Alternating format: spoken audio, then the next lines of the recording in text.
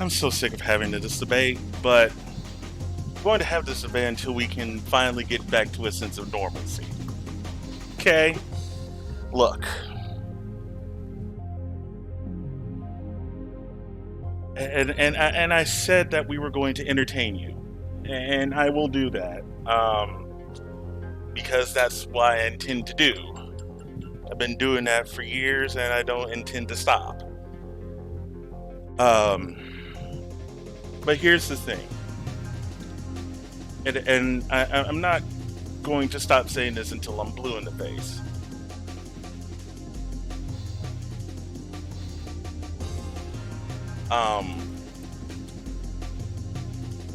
Here's the big deal with all of this.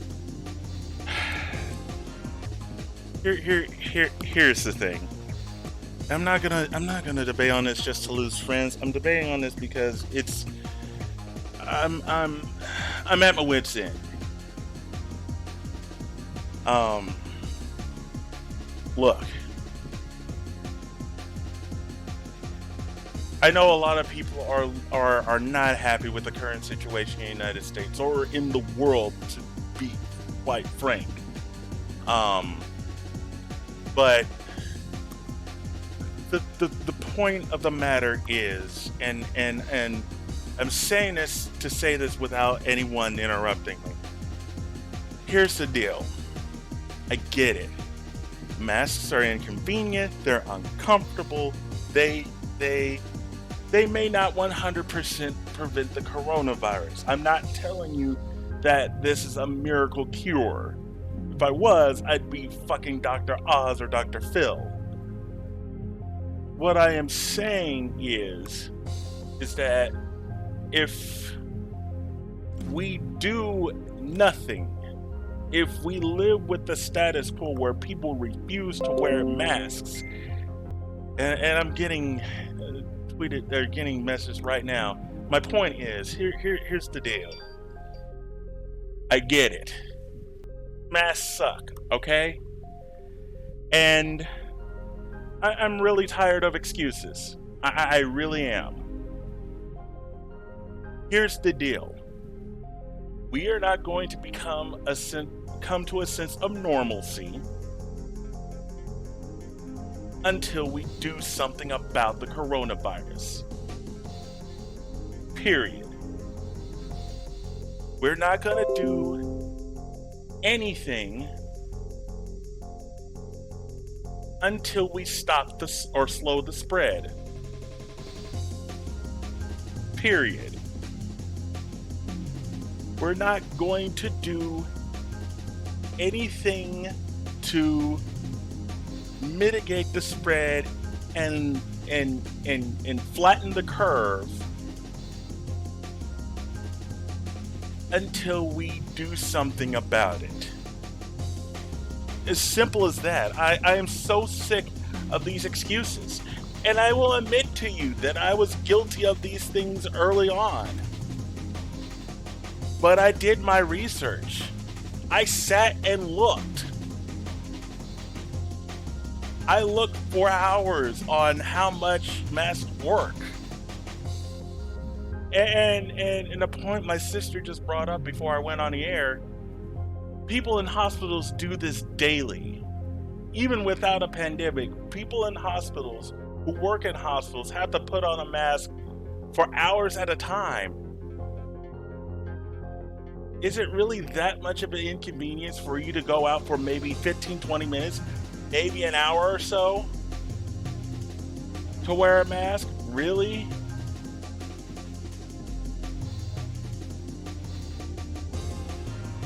We're not telling you to give up your freedoms. We're not telling you to stop being who you are. We're not telling you to stop talking. We're not telling you to do any of this. This isn't a matter of, oh, the Democrats did this, or President Trump wants to do that, or anything political. We made this politicized because that's all we can do. That's all I've been hearing for the past who knows how long. This isn't political anymore. It isn't. It is no longer fucking political. I'm not going to be able to see a lot of my friends until we get this problem under control, and I fear we're not going to get this under control. I'm not saying live in fear, but come on, people. You're really going to sit there and tell me that a minor inconvenience is going to stop you from mitigating or stopping the spread? Did you have to do this when did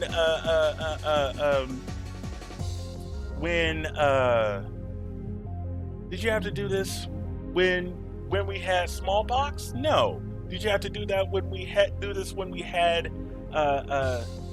swine flu? No. Did this happen with H1N1? No. You know why? Because we mitigated the spread, we found the problem areas, we did something about it as a country, as leaders looked at a problem and did something. But right now, our leadership is doing nothing about it, or very little. So we have to do something.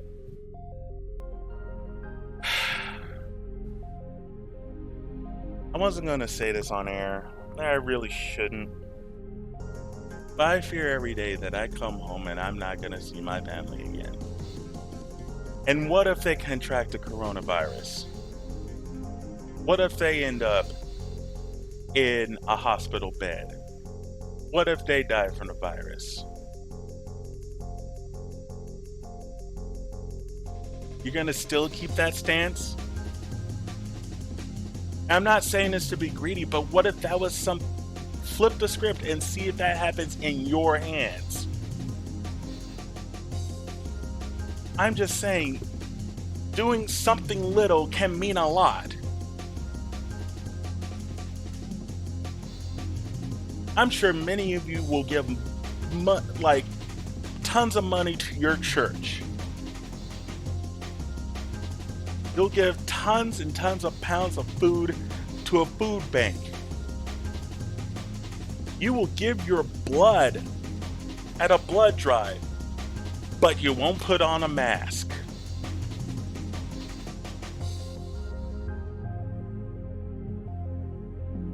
You'll put on a seatbelt to stay safe in a car so you don't crash and kill yourself.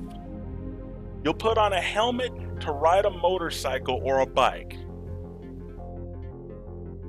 but you won't wear a mask.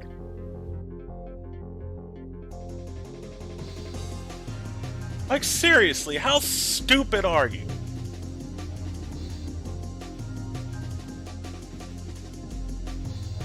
I'm baffled, honestly, at how far we've gotten to the point that we can't really truly sit there and say, you know what, we as a country, yeah, it's inconvenient, yeah, it sucks, yeah, it hurts sometimes, but fuck, man. You'll wash your hands when they get dirty. You'll take a shower every morning. But you won't put on a mask because it hurts your civil liberties or hurts your rights, or like, at what point do you sit there and think to yourself, well, shit, man, this isn't getting better. Places are continuously closing. We might want to do something. People are without their jobs and they can't get it back because we're not mitigating the spread. People cannot go to school and get the education that they need or want because we're not putting on our masks. People aren't able to enjoy their freedoms like they want to because other people will not put on a mask. A simple request. We're not telling you to put on a fucking bodysuit. We're not telling you to go out and save the world. We're asking you to do a fucking little bit. Whether you believe it or not. This is where we get the anti-vaxxers of the world. This is where we get the people who don't believe certain things in science actually exists. We're going down a spiral in this country because you aren't doing a simple thing. Seriously. You're not doing a simple thing. Wear a mask. How hard is that? Seriously, get over yourselves. Grow up. Quit acting like children and stop the spread. Seriously, quit acting like a bunch of Karens, and I've seen dozens of them, and stop the spread. Or do you want to live in a country where everyone is infected and multiple people die and we lose more and more jobs and we go into a complete shutdown of the country? Not like the one we had back in March, but like a straight up shutdown of the country. We turn to the fucking purge. If you want that, go ahead. Don't wear your mask. I'll see you in Japan.